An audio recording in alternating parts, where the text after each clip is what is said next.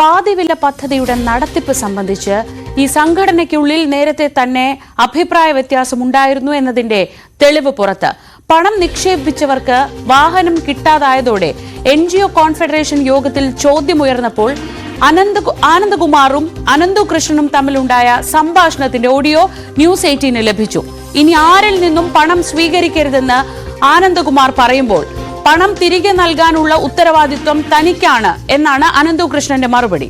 എന്നാൽ CSR fund എത്തിക്കുമെന്ന ആനന്ദകുമാറിന്റെ ഉറപ്പ് പാളിയതാണ് പദ്ധതി പൊളിയാൻ കാരണമെന്നാണ് അനന്തു കൃഷ്ണൻ പോലീസിന് നൽകിയ മൊഴി. മാസങ്ങൾക്ക് മുൻപ് നടന്ന ഓൺലൈൻ ബോർഡ് യോഗത്തിലാണ് പദ്ധതിയുടെ പ്രായോഗികത സംബന്ധിച്ച് ആശങ്ക ഉയർന്നത്. ഇതോടെ ഇനി ആരിൽ നിന്നും പണം സ്വീകരിക്കരുതെന്ന് ആനന്ദകുമാർ യോഗത്തിൽ നിലപാടെടുത്തു. ഞാൻ അനന്തുവിൻ്റെ അടുക്ക് അന്നേ എനിക്കൊരു 4 മാസം മുമ്പ് പറഞ്ഞു, അനന്തു 2 വീലർ 50,000 രൂപ അവർ തരുന്നു, 56,000 രൂപ നിങ്ങൾ ഇടുന്നു, നിങ്ങളുടെ കമ്പനി ഇടുന്നു, അതിൻ്റെ ഒരു സ്പ്ലിറ്റപ്പ്. ഇതാണ് ഞാൻ എൻ്റെ ഓർമ്മയിൽ ഇപ്പോഴും ശരിയാണെങ്കിൽ അനന്തു ഒരു 4 or 5 തവണ ഞാൻ ചോദിച്ചു അതിൻ്റെ ഒരു സ്പ്ലിറ്റപ്പ് പറയാനായിട്ട്. ഇപ്പം എൻ്റെ ഒരു പ്രസ്ഥാനത്തിൻ്റെ എൻ്റെ സായി ട്രസ്റ്റിനെ കുറിച്ച് ഒരു കാര്യം പറയാനായിട്ട് എനിക്ക് 2 മിനിറ്റ് മതി. അതിൻ്റെ സ്പ്ലിറ്റപ്പ് എന്നുള്ളത് ഞാൻ മീൻ ചെയ്തത് ഒരു വാക്കെന്നുള്ളതല്ല. ഞാൻ മീൻ ചെയ്തത് 56,000 രൂപ നിങ്ങളുടെ കമ്പനി ഇടുമ്പോൾ അതിൽ 10,000 രൂപ മാർക്കറ്റിംഗ് ഫണ്ടാണ്, അതിൽ 20,000 രൂപ ഇന്ന ഫണ്ടാണ്, അതിൽ 30,000 രൂപ വേറെ ഏതെങ്കിലും പാർട്ടി തന്നതാണ്. ഇങ്ങനെ ഒരു വാർത്തയാണ് നമ്മൾ പ്രതീക്ഷിച്ചത്. പക്ഷെ ഇപ്പോഴും ആ ഒരു കാര്യത്തിന് ഒരു യഥാർത്ഥ മറുപടി കിട്ടിയിട്ടില്ല. ഇതില് എൻ്റെ ഒരു അഭ്യർത്ഥന, ചെയർമാൻ ഉൾപ്പെടെ 1 രൂപ ഈ ഇന്നത്തെ ദിവസം മുതൽ 1 രൂപ മേടിക്കുകയോ മേടിച്ചതിന് അയച്ചു എന്ന് പറഞ്ഞ് റെക്കമെൻഡ് ചെയ്യുകയോ പാടില്ല, ദയവ് ചെയ്ത്.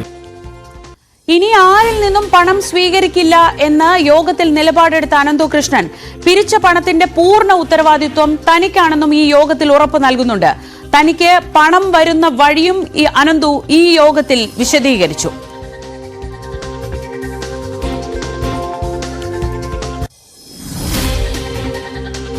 അതല്ലാതെ ഇതിനകത്ത് 1 രൂപ കോൺഫെഡറേഷൻ, ഞാൻ ഇപ്പോഴും പറഞ്ഞു, ഞാൻ രാവിലെ ശിവചേച്ചി വിളിച്ചപ്പോഴും പറഞ്ഞു, നമുക്ക് ഇന്ന് സാറിന് ഞാൻ വോയിസ് ഇട്ടപ്പോഴും പറഞ്ഞു, ഇന്നിത് ക്ലോസ് ചെയ്യാമെന്ന് പറഞ്ഞാൽ ഒരാളും എന്റെ എവിടെയാണ് ഞങ്ങളുടെ പൈസ എന്ന് ചോദിക്കാത്ത വിധത്തിൽ നമുക്ക് ക്ലോസ് ചെയ്യാൻ കഴിയുന്നത് പോലെ അത് ഉറപ്പുവരുത്തിയിട്ടുണ്ട്. ഇതാണ് എനിക്ക് ഫിനാൻഷ്യൽസിൽ പറയാനുള്ളത്. ഓരോന്നിനും ഇത്രയും അധികം പേയ്മെന്റ് ആണ് വന്നിട്ടുള്ളത്. ഇവിടെ ഞാൻ വീണ്ടും പറയുന്നു, നിങ്ങളുടെ ആരുടെയും ഉറക്കമോ നിങ്ങൾക്ക് ആർക്കും ഒരു പ്രതിസന്ധി ഉണ്ടാകാത്ത വിധത്തിലാണ് എല്ലാ എഗ്രിമെന്റുകളും ചെയ്ത്. കോൺഫെഡറേഷന്റെ ഡീഡിൽ പോലും അനന്തു കൃഷ്ണന്റെ സോൾ പ്രൊപ്പറേറ്റർഷിപ്പാണ് ഇതിന്റെ മുഴുവൻ ഉത്തരവാദിത്വം എന്നാണ് എഴുതിയിരിക്കുന്നത്. എന്നാൽ ഇതൊന്നുമല്ല പിടിയിലായ ശേഷം അനന്തു കൃഷ്ണൻ പോലീസിന് നൽകിയ മൊഴി. ആനന്ദകുമാർ ഉറപ്പുകൾ പാലിച്ചില്ല എന്നാണ് ഇയാൾ പോലീസിനോട് പറഞ്ഞത്. മാധ്യമങ്ങളോടും ഇയാൾ ഇത് ആവർത്തിച്ചു. ഫണ്ടിങ്ങിനുണ്ടായിട്ടുള്ള തടസ്സമാണ് ഇപ്പോഴത്തെ പ്രശ്നം ഇത് വന്നിട്ടുള്ളത്. NGO കോൺഫെഡറേഷന്റെ ചെയർമാനായിരുന്ന ആനന്ദകുമാർ സാറ് വിവിധ CSR ഏജൻസികളിൽ നിന്ന്, വിവിധ കമ്പനികളിൽ നിന്നുള്ള സാമ്പത്തിക സമാഹരണം പറഞ്ഞിരുന്നു. അത് നടക്കാതെ പോയതിലൂടെ സംഭവിച്ചിട്ടുള്ള പ്രതിസന്ധി. അദ്ദേഹമാണ് ചെയർമാൻ, അദ്ദേഹമാണ് NGO കോൺഫെഡറേഷന്റെ ചെയർമാൻ. TG സജിത്ത് വിവരങ്ങളുമായി ന്യൂസ് ഡെസ്കിൽ നിന്ന്. സജിത്ത്, ഇത് 2023 ഏപ്രിലിൽ നടന്ന ബോർഡ് യോഗത്തിന്റെ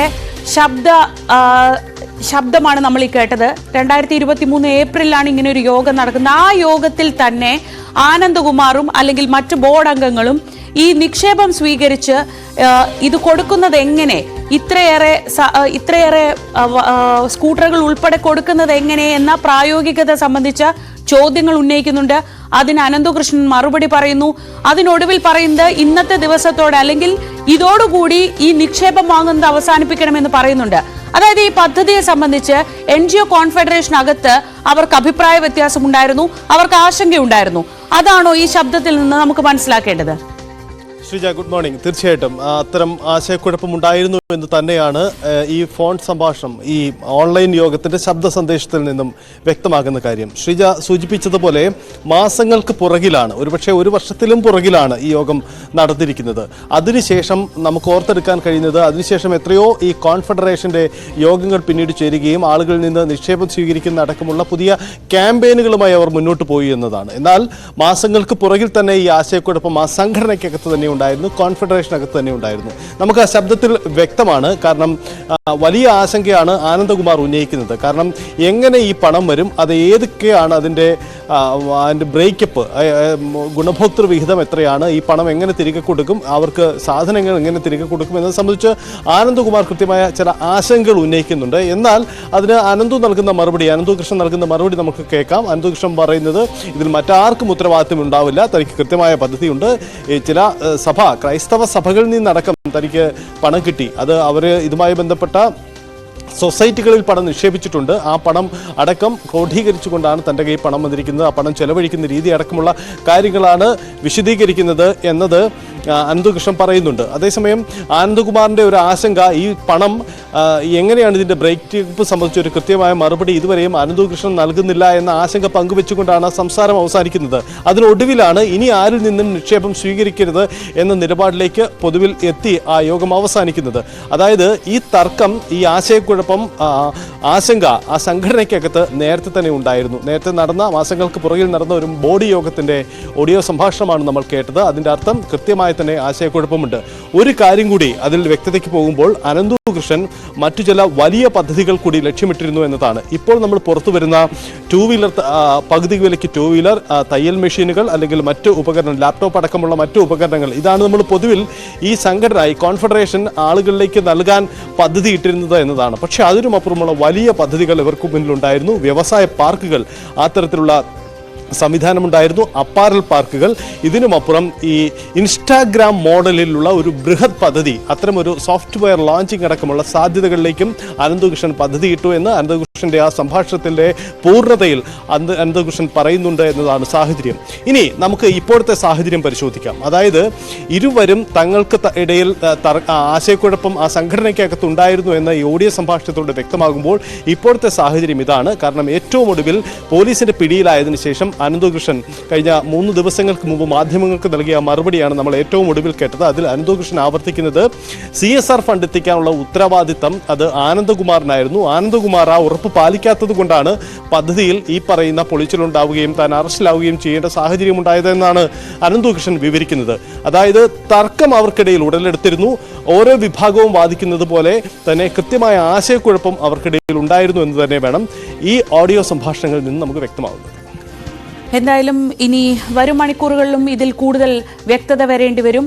NGO കോൺഫെഡറേഷന്റെ ചെയർമാനായ ആനന്ദകുമാറും അനന്തകൃഷ്ണനും തമ്മിൽ ഈ NGO കോൺഫെഡറേഷന്റെ ബോർഡ് യോഗത്തിൽ, ഞാൻ നേരത്തെ 2023 എന്നാണ് പറഞ്ഞത്, ക്ഷമിക്കണം, അതൊരു ചെറിയ തെറ്റാണ്, 2024 ഏപ്രിലിൽ NGO കോൺഫെഡറേഷൻ ബോർഡ് യോഗത്തിൽ ഉണ്ടായ തർക്കത്തിന്റെ ഓഡിയോ വേർഷനാണ് നമ്മളിപ്പോൾ കേട്ടത്. അതൊരു ഓൺലൈൻ യോഗമായിരുന്നു. ആ ഓൺലൈൻ യോഗത്തിൽ ഉണ്ടായ സംഭാഷണമാണിത്. ഇതനുസരിച്ച് ആനന്ദകുമാർ അപ്പോൾ തന്നെ ഇതിന്റെ പ്രായോഗികതയെ സംബന്ധിച്ച് ആനന്ദകുമാറും മറ്റു ചില ബോർഡ് അംഗങ്ങളും ഈ പ്രായോഗികതയെ സംബന്ധിച്ച് സംശയങ്ങൾ ഉയർത്തുന്നു. അതിന് അനന്തകൃഷ്ണൻ എങ്ങനെയാണ് താൻ ഈ പൈസ കൊണ്ടുവരാൻ പോകുന്നത് എന്നൊരു വിശദീകരണമൊക്കെ അതിൽ കൊടുക്കുന്നുണ്ട്.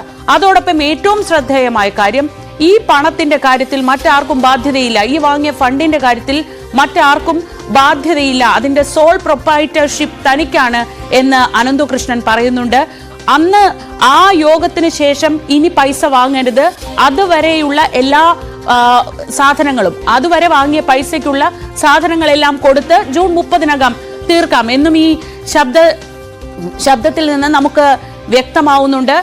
പണം നൽകാൻ മറ്റാർക്കും ബാധ്യതയില്ലെന്ന് അന്നത്തെ യോഗത്തിൽ പറഞ്ഞ അനന്തകൃഷ്ണൻ പക്ഷേ ഇപ്പോൾ മാധ്യമങ്ങളോട്, അന്വേഷണ സംഘത്തോട് പറയുന്നത് CSR ഫണ്ട് കൊണ്ടുവരുന്നതിൽ ആനന്ദകുമാറിന് പറ്റിയ വീഴ്ചയാണ് ഇത്ര വലിയൊരു പ്രശ്നത്തിലേക്ക് കാര്യങ്ങൾ എത്തിച്ചത് എന്നതാണ്. ഇനി ഇത് രണ്ട് ഭാഗത്തും രണ്ട് വേർഷനാണ്, രണ്ട് ഭാഗത്തും അവർക്ക് പറയാനുള്ളതാണ്. പക്ഷേ ഇതിന്റെ വസ്തുത എന്തെന്ന് അറിയേണ്ടത് കൃത്യമായി പോലീസ് അന്വേഷണത്തിലാണ്. ഈ യോഗത്തിൽ എന്തുകൊണ്ട് തർക്കമുണ്ടായി? അതൊരു വലിയ യോഗമായിരുന്നു. ആ യോഗത്തിൽ എന്തുകൊണ്ടാണ് ഇങ്ങനെയൊരു അഭിപ്രായ വ്യത്യാസം ഉണ്ടായത്, അതിൽ എന്തൊക്കെ കാര്യങ്ങളാണ് പറഞ്ഞത് എന്നത് വരും മണിക്കൂറുകളിൽ കൂടുതൽ വിശദമായി തന്നെ നമുക്ക് ചർച്ച ചെയ്യാം. എന്തായാലും ഈ വിഷയത്തിൽ NGO കോൺഫെഡറേഷനകത്ത് അഭിപ്രായ വ്യത്യാസം ഉണ്ടായിരുന്നു, അവർക്ക് ആശങ്കകൾ ഉണ്ടായിരുന്നു. എങ്ങനെയാണ് ഈ പദ്ധതി മുന്നോട്ട് കൊണ്ടുപോവുക എന്നതിൽ ആശങ്കകൾ ഉണ്ടായിരുന്നു. ആ ആശങ്ക ആനന്ദകുമാർ ഈ യോഗത്തിൽ തന്നെ ഉയർത്തി എന്നതാണ് ഈ സംഭാഷണത്തിൽ നിന്ന് നമുക്ക് മനസ്സിലാവുന്നത്.